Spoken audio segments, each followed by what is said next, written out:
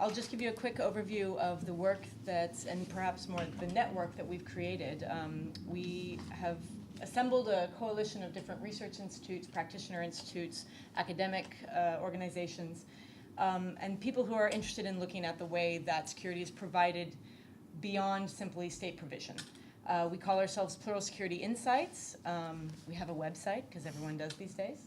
And we've been working together since about 2014, and our research is really based on innovative research projects that are typically funded by small grants and are very field-based or field-focused. So we aim to produce empirically based insights on how local governance structures could engage with plural security providers. Now, what I mean by plural security providers, because everyone asks, it refers to the reality which is true in many contexts, that there exists a whole panorama of coercive actors, and they work to establish or to maintain order in their areas. And they do this by setting limitations on acceptable behavior, by arbitrating disputes, by deterring transgressions, and by exacting punishment for breaches. And these actors that we're interested on are typically supported by an organizational structure that persists over time. So that's how we distinguish between, for example, vigilantes or spontaneous mob justice. We are looking at actors who work together in a more organized and long-term, longue-durée way. These actors are also oftentimes working with or competing with or in parallel with the state, so they're not necessarily strictly non-state actors. They have varying relations to the state, and they enjoy mutable degrees of local legitimacy. So some ways they accrue this legitimacy is by being more efficient, by being more accessible, proximate, and relevant than their, let's say, state counterparts.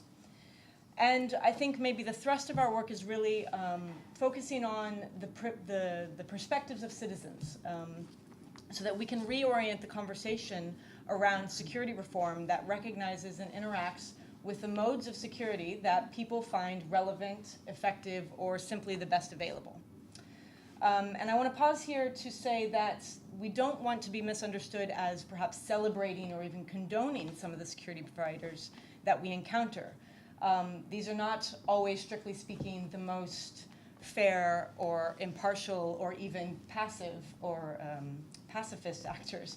And romanticizing these actors as traditional or using local as a proxy for good or organic can really obscure the coercive nature or the oppressive nature that a lot of these actors use to maintain their power. So we're not deluding ourselves about that.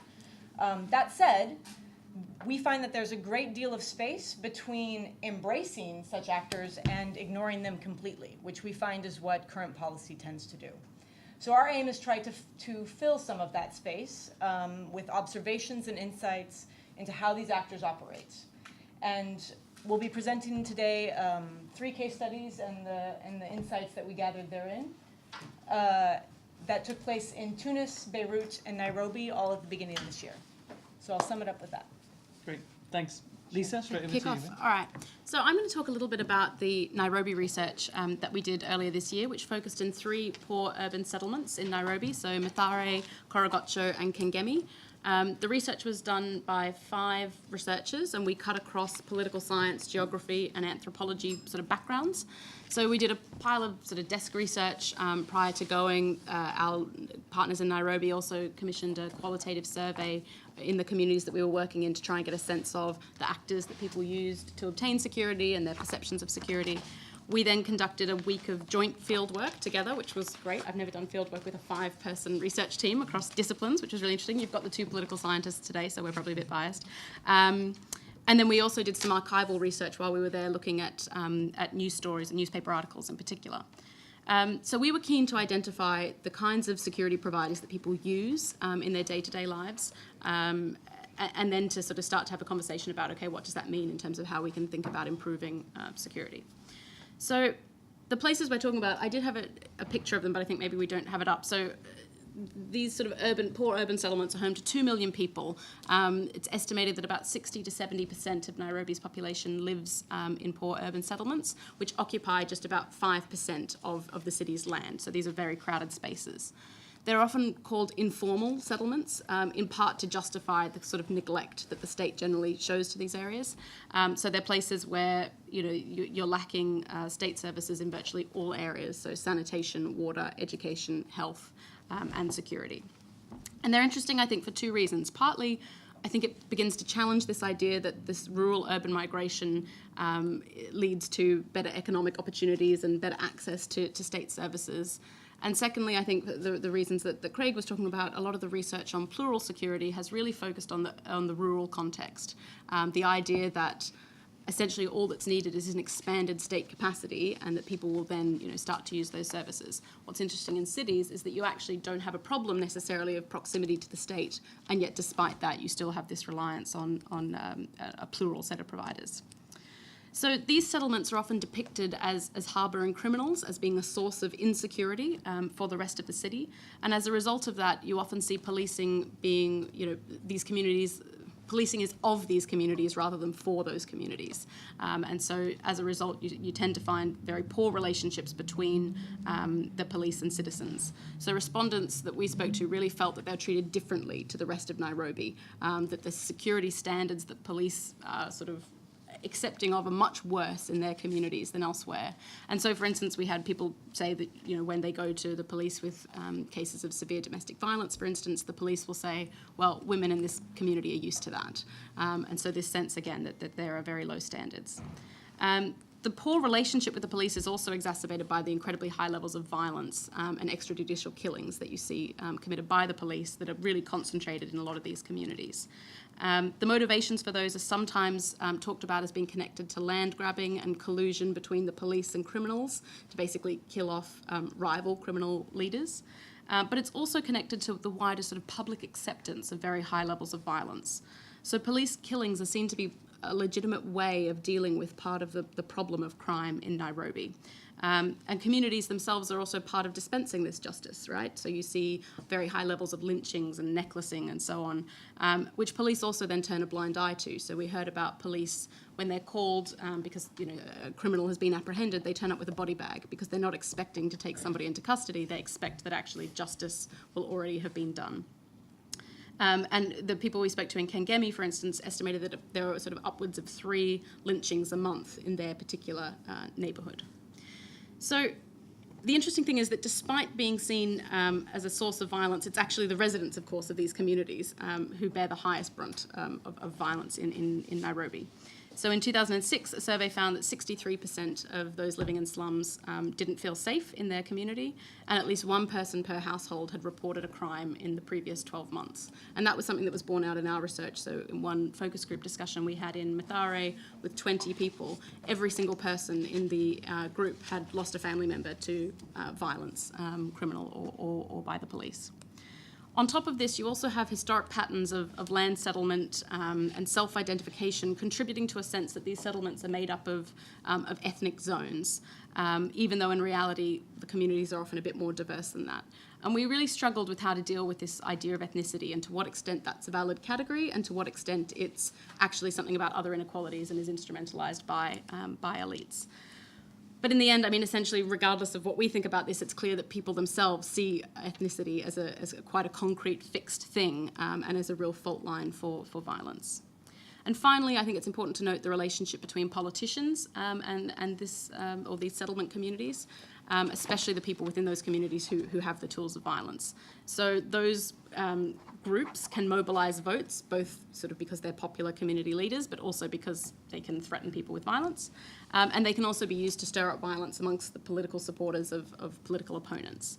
The interesting thing, of course, is that despite that close connection between politicians and these local security groups, once politicians get elected, they're not there to represent the interests of those poor communities, right? They're very much an afterthought. So in that context, how then do people go about obtaining security? So the way we talk about it and the way people we spoke to talked about it was that people describe hustling for security. So they draw on their personal networks as well as their kind of knack for survival and their cunning to piece together a sort of patchwork of protective communities. And these networks draw on state policing in some cases, on highly localised security groups, often gangs, business associates, community-based organisations, and then sort of neighbours and family members. And security in this context is really contingent on your local ties, be that through gender, your age group, your class, your geographic location, your socioeconomic position. And through those ties, they sort of grant you access to different protective communities, and you draw on those as best you can to try and, as we say, sort of, we talk about a patchwork, because the idea is you sort of piece together these things, but of course there's lots of gaps, and it's far from perfect. And importantly, I think this sort of patchwork isn't, we don't really like this idea, I guess, of forum shopping that's often talked about. To me, that really denotes far too much a sense of a marketplace where people can freely choose between, a series of great providers. Actually, the point is that people are really stringing together what they can of all pretty average security providers to try and carve out, as much protection as possible. So in terms of who they use, people do use the police, but they do so very strategically. So in our survey, 56% of people said that they wouldn't cooperate with the police due to fear of harassment or excessive use of force. But nonetheless, we did find people talked about using them. So sometimes that was when other options were exhausted. Sometimes it was going to individual police officers who they had built up a relationship with, either in their own communities, or they might have attended an NGO training where there was a police officer. So they would do that rather than just front up to a police station. Women in particular talked about going to the police in pairs for protection, or that before they would go to the police station, they would call somebody in their community to let them know which police station they were going to, so that if they were then arrested, people would know where to find them. One of the interesting things is that despite sort of fundamentally distrusting and fearing the police, we nonetheless found that people were really keen for the police to actually take up the mandate of security provision. And a lot of people are saying to us, security is their responsibility. We want to see them providing this role, even though they sort of don't in reality. Another set of providers that people use were chiefs and elders, who are sort of mandated security providers in Kenya, not a sort of traditional customary role, it's an administrative role, who are responsible for law and order and resolving sort of minor disputes in the community. But these actors are widely seen as very corrupt and highly politicised. People talked about, oh, good Lord, 2 minutes, okay, that they really tolerate a lot of criminal activity. So they're complicit, for instance, in alcohol brewing, in land evictions, and so on. And so their public role of security, therefore, kind of sits in tension with some of their private interests. Since 2013, yes, that's right, they've been at the forefront of this community policing initiative called Nyambakumi, which is taken from Tanzania. And this has a very strong state surveillance function, and a lot of people we spoke to didn't necessarily see that as a source of security. All right, I'm going to rush through this. Local security groups were probably the largest security provider that we came across. So these are groups that are sort of not formally regulated, and they're generally sort of conducting night patrols and dispensing punitive justice. And they range from, very loosely grouped bands of young men to sort of quite family-like structures of neighbourhood peers, to more hierarchical and disciplined organisations that are actually registered with the local chief, for instance. A lot of them collect fees from community members, sometimes sort of for service delivery, other times much more like extortion. The groups we met with weren't explicitly ethnically based, but again, because communities sort of fracture along those lines, you tended to see that coming through the security groups as well. And the main thing I think to note about these groups is that they are hyper-localised. So we're not even really talking here about the community level. We're talking about the neighbourhood level. Members talked about, providing a sense of identity and belonging for their immediate neighbours. And so they would do things like run small businesses, garbage collection, car washes, this sort of thing, as well as then fulfil these security functions.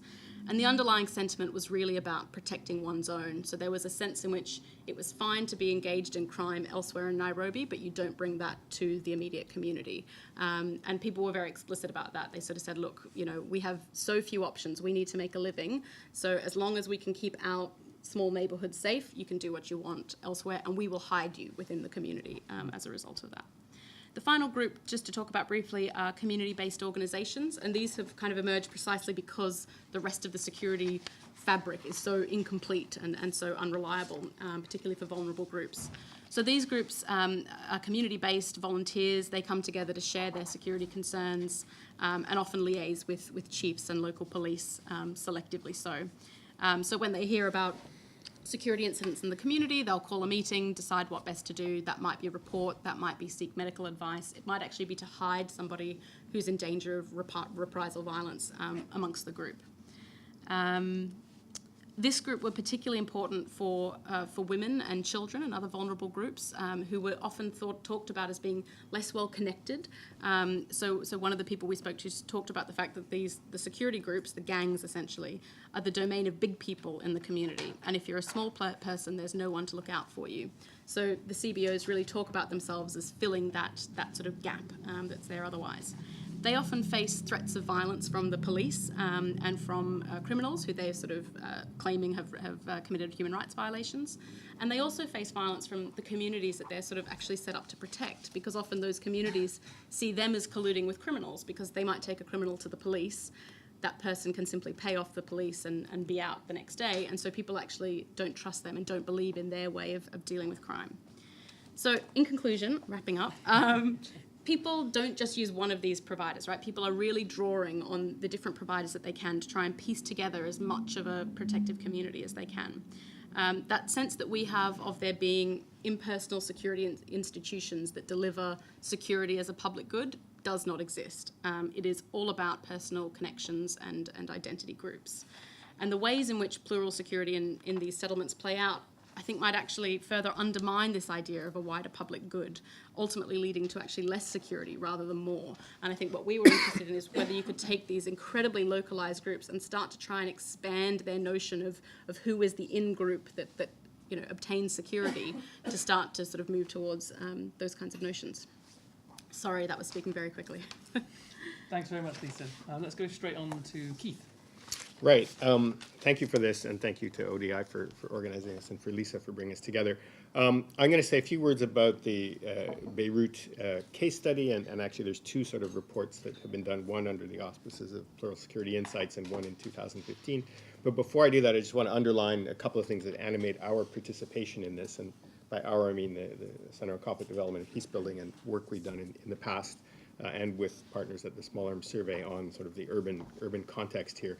I think that the starting point, as Lisa points out, is the failure of the state to provide security as a public good to its citizens, and what happens in that space as a result.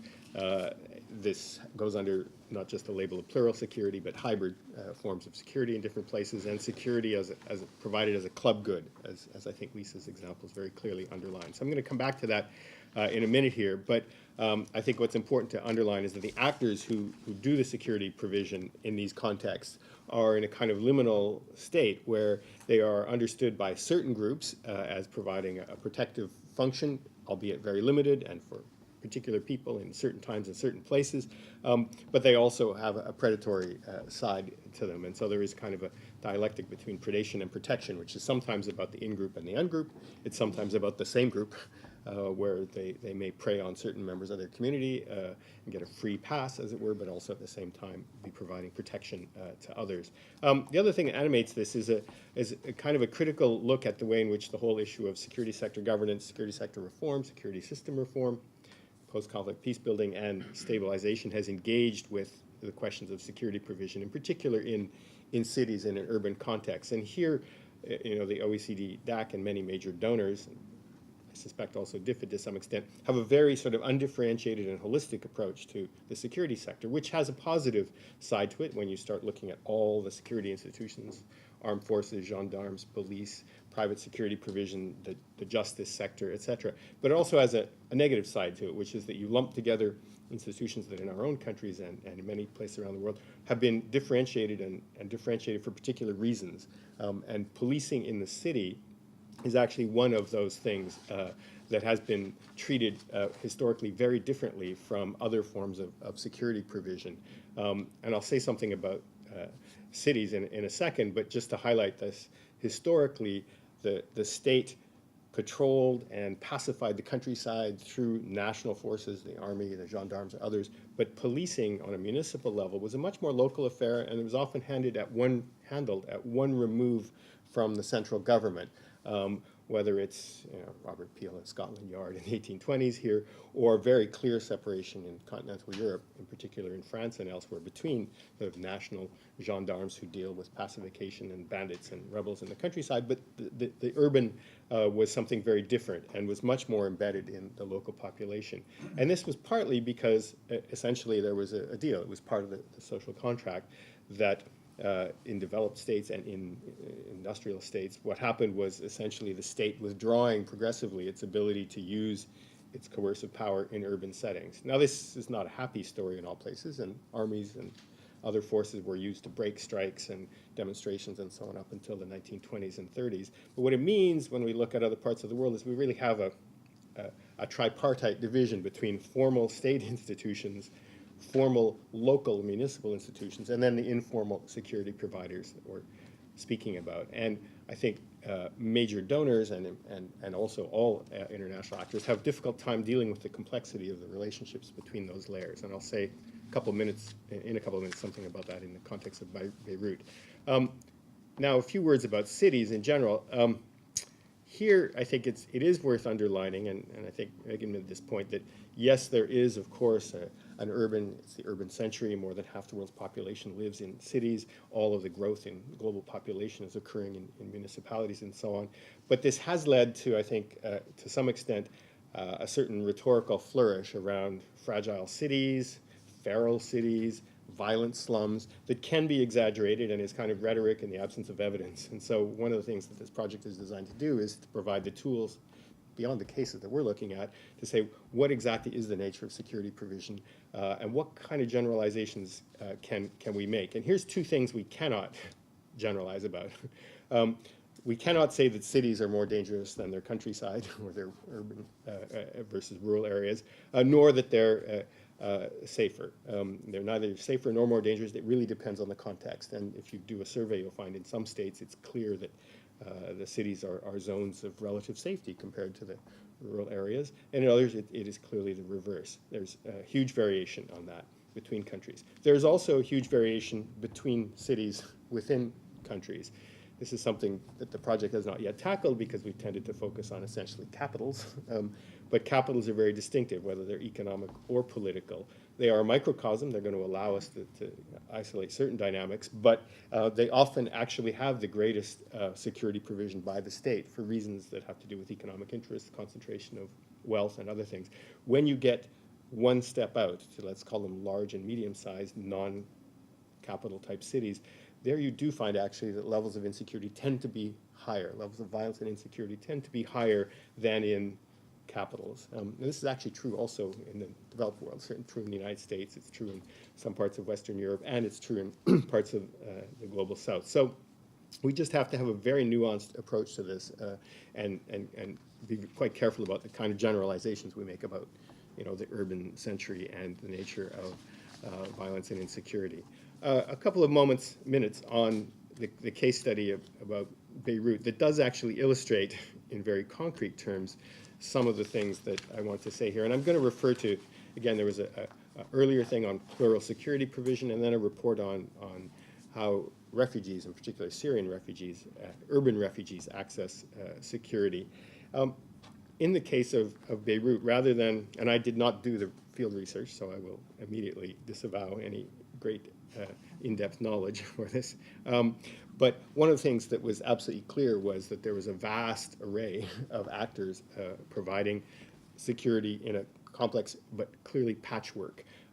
There were 7 different actors involved in Beirut proper, 4 of which were formal, or at least 3.5 which were formal. You, of course, had the Lebanese armed forces that show up under certain circumstances. You had the internal security force, which is the national police, it corresponds to the gendarmerie in some other countries.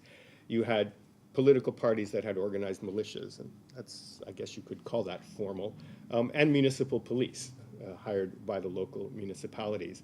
And perceptions of their degrees of professionalism and degrees of utility varied widely, with, of course, the municipal police being the most local, but also being seen as the least professional and in some respects less efficient.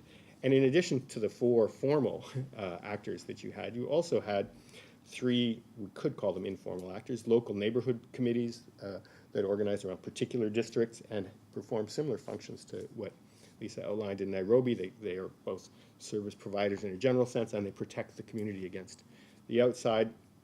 Popular committees, which are a feature in particular of Palestinian camps, but they're quite similar to neighborhood committees. And then you have private security providers, private security companies that are operating throughout Beirut and in a kind of complicated way. So you have the complex map of actors, and all of them are providing security as a club good, principally to either those who pay, whether it's purely commercial, or even those who pay in a community sense, for whom there is some legitimacy and loyalty. However, the mapping doesn't tell you about how these various sets of actors interrelate. And here there are at least four important functions or four important features of the way security is provided that were worth highlighting. One is that neighborhood level and district and sub-municipal level security provision is actually tightly linked to national political dynamics and tensions. And this might seem obvious in a case like Lebanon, where there's highly sectarian divisions that go all the way through the political system, but I think it's also probably true in other places where political actors mobilize local forces for their own interests. One result of that, and the second feature, was very intricate networks that are understood quite clearly by the population, who they can call, whose phone number they have, and this depends on, in the Middle Eastern context, VASTA, or having essentially social capital that allows you, when you make a call, to get some security provided for you. And it's the linchpin role is played mostly by political actors in these contexts, so it's not obviously not access for everyone.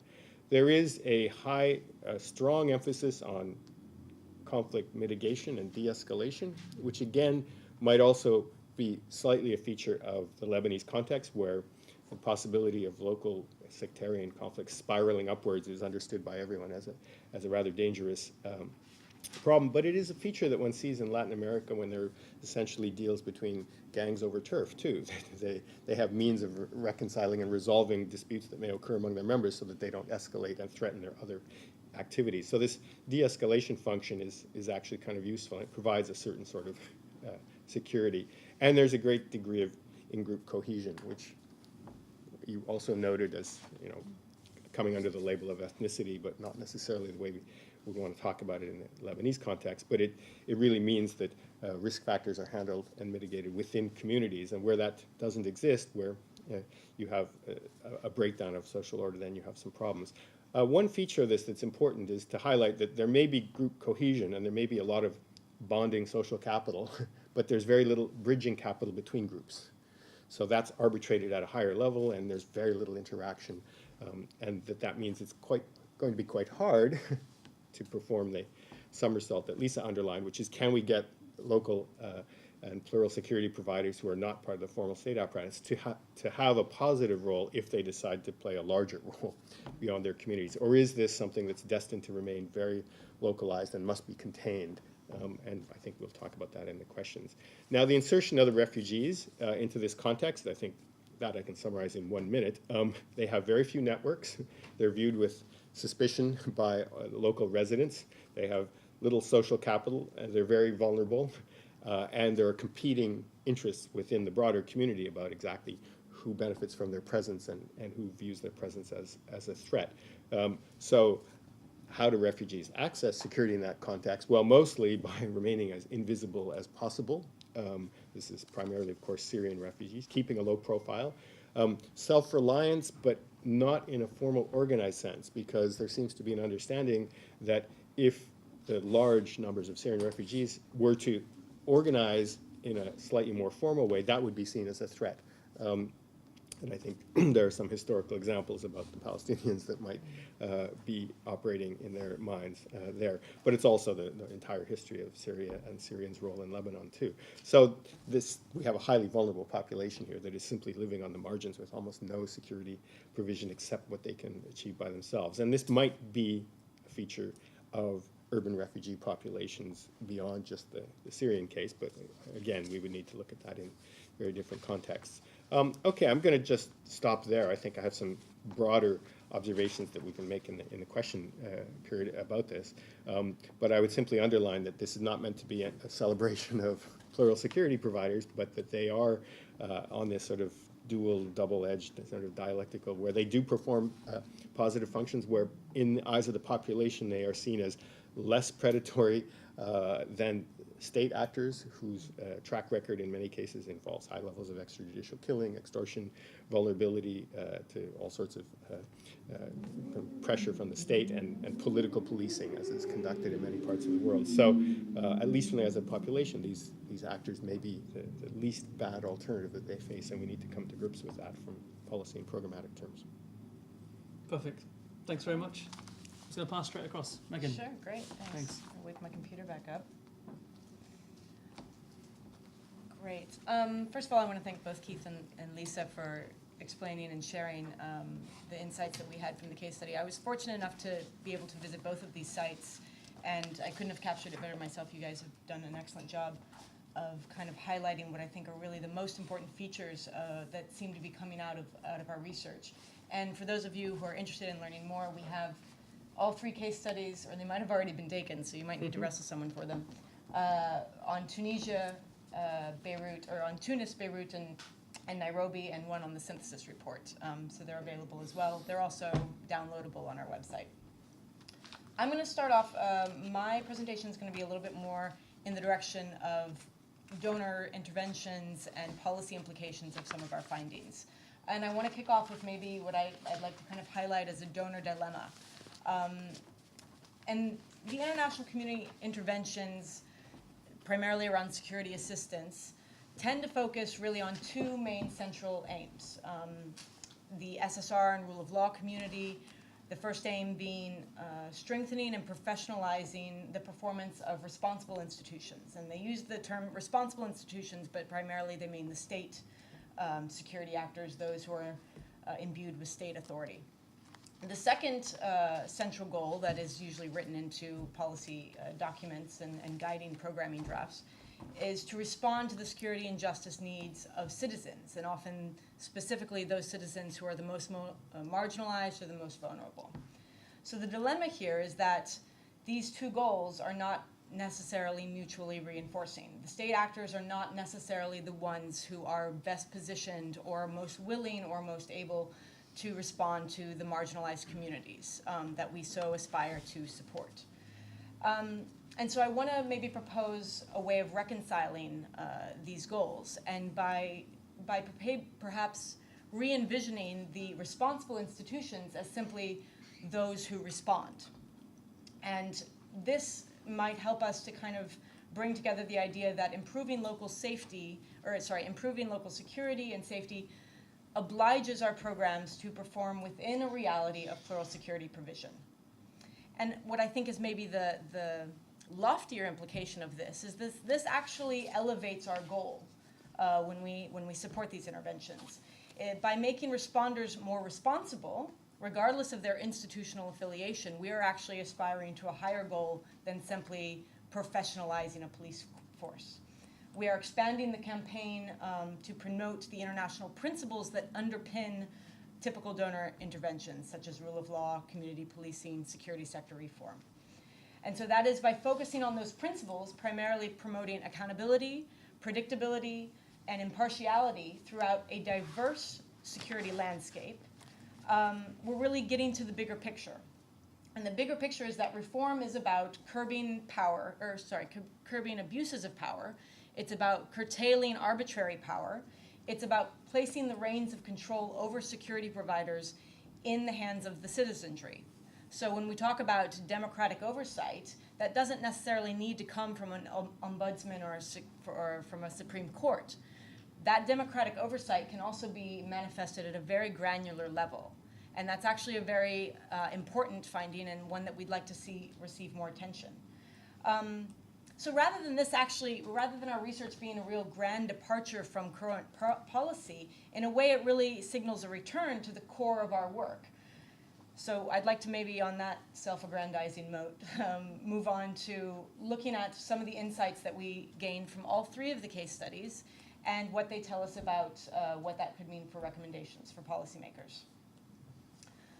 So time allowing, I think I'll try and address 2 or maybe 3 main findings. And then these lead to some recommendations. The first is that plural security provision, and particularly in urban settings, can emerge in areas where different identity groups who may or may not, well, often may, view each other with suspicion, live in very close proximity. So we saw this in both Beirut and in Nairobi, and Keith and Lisa described that very thoroughly.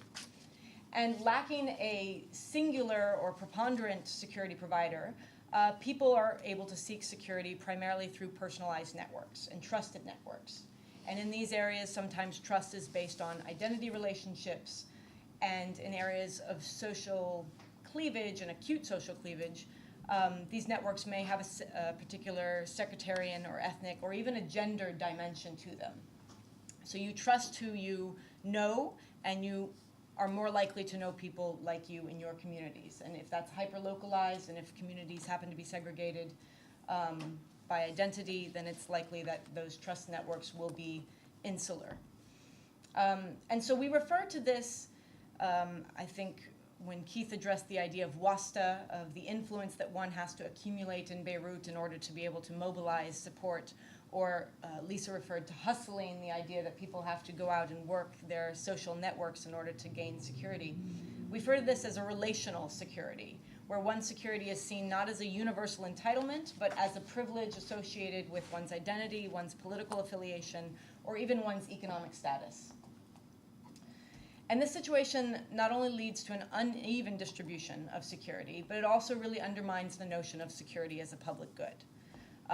And related to this, plural security provision often complicates and resists oversight and public accountability. So individuals who are working very, very animatedly to try and access as many threads or as many networks as possible, they often actually lack any avenue to demand accountability from their providers, to express their own personal priorities, to demand redress for abuses, or to in some way appeal up a chain of command. And so for me, this is really, this expresses really one of the most pernicious aspects of plural security provision, and therefore perhaps one of the most important facets to look at and to engage with and to move to reform.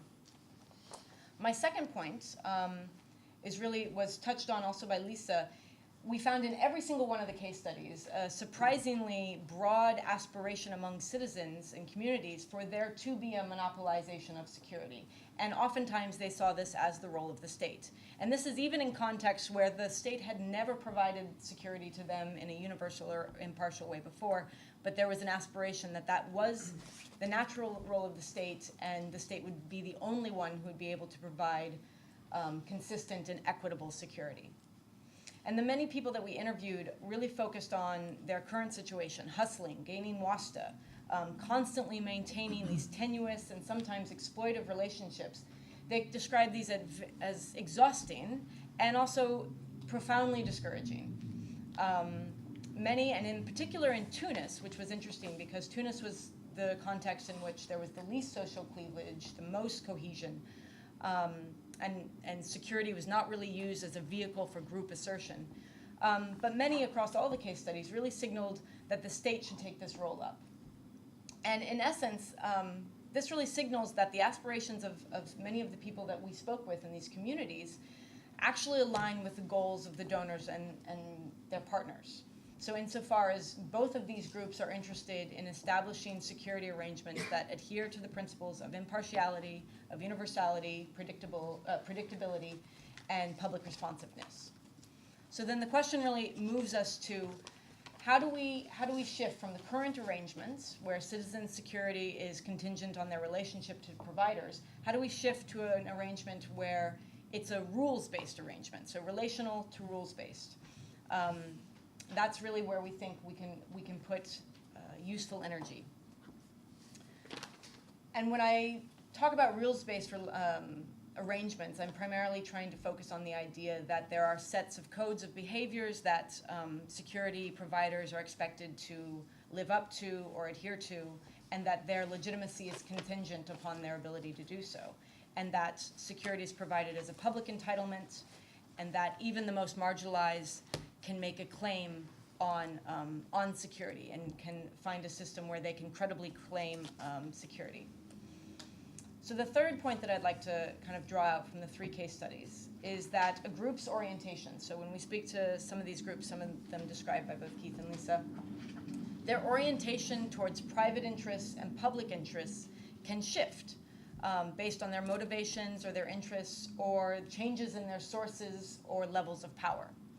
And this is really interesting because much of the research that covers non-state security providers or informal security providers try and focus on developing some kind of taxonomy or sorting out the good guys from the bad guys, and on what criteria list can we decide if a group is a good or a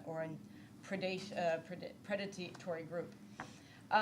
But this has been shown to be rather unhelpful, actually, because not only does categorization, it's almost always a contrived exercise, and you kind of squeeze people into one group or another, but it's also highly temporal. These categorizations have an extremely short shelf life, because over time, these providers and the way that they relate to either the state or to their constituents is wont to evolve.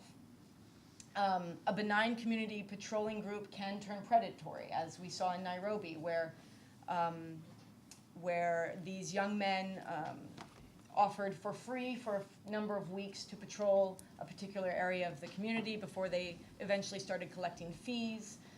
They discovered that their ability to, let's say, intimidate robbers or thieves was equally effective in perhaps encouraging people to pay their rent or pay their fees on time. So it's not unusual for these benign groups to become predatory.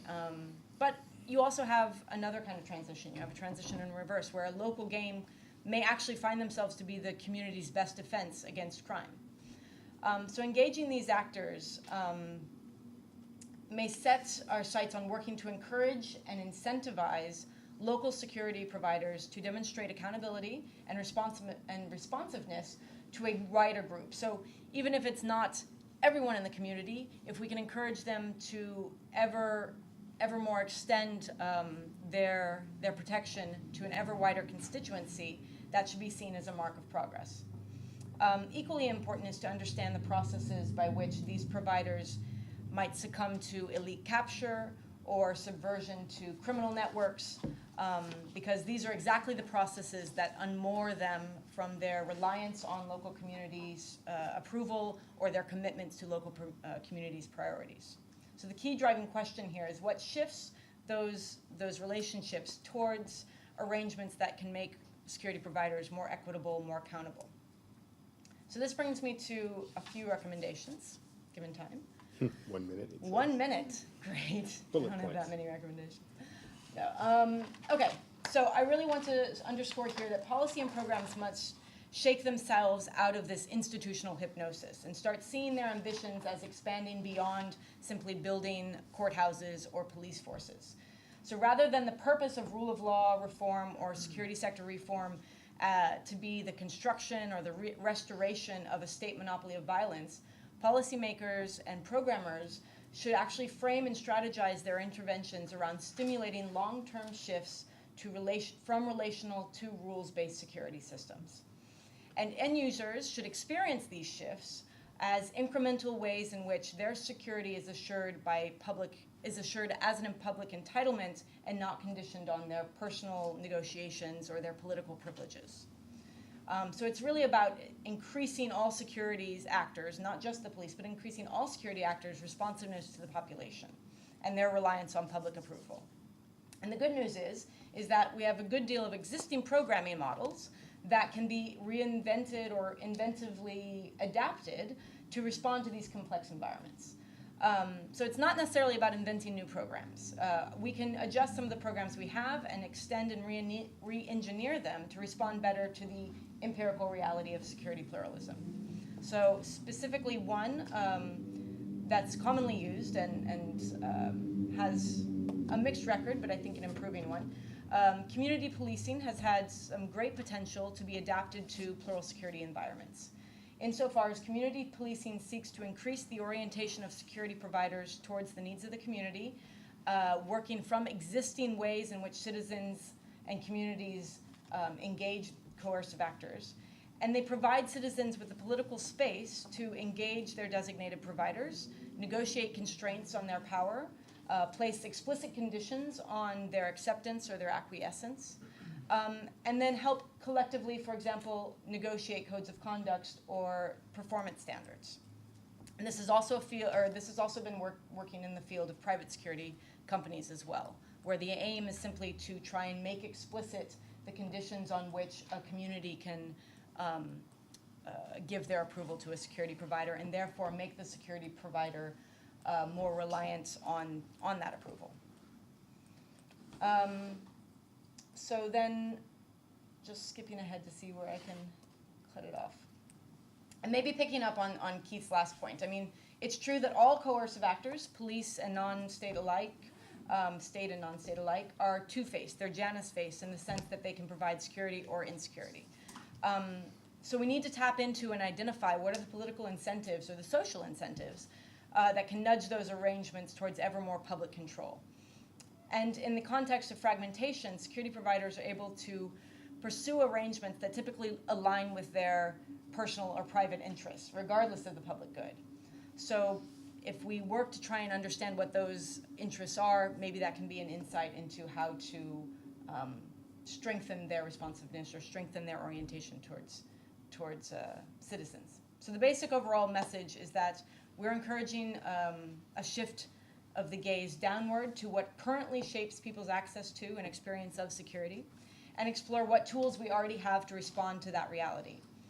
And our group, I think, is really highly motivated to move in this direction, continue to explore these dynamics, and work with international actors and international assistance programs to make them more relevant to these environments. So I'll end with that.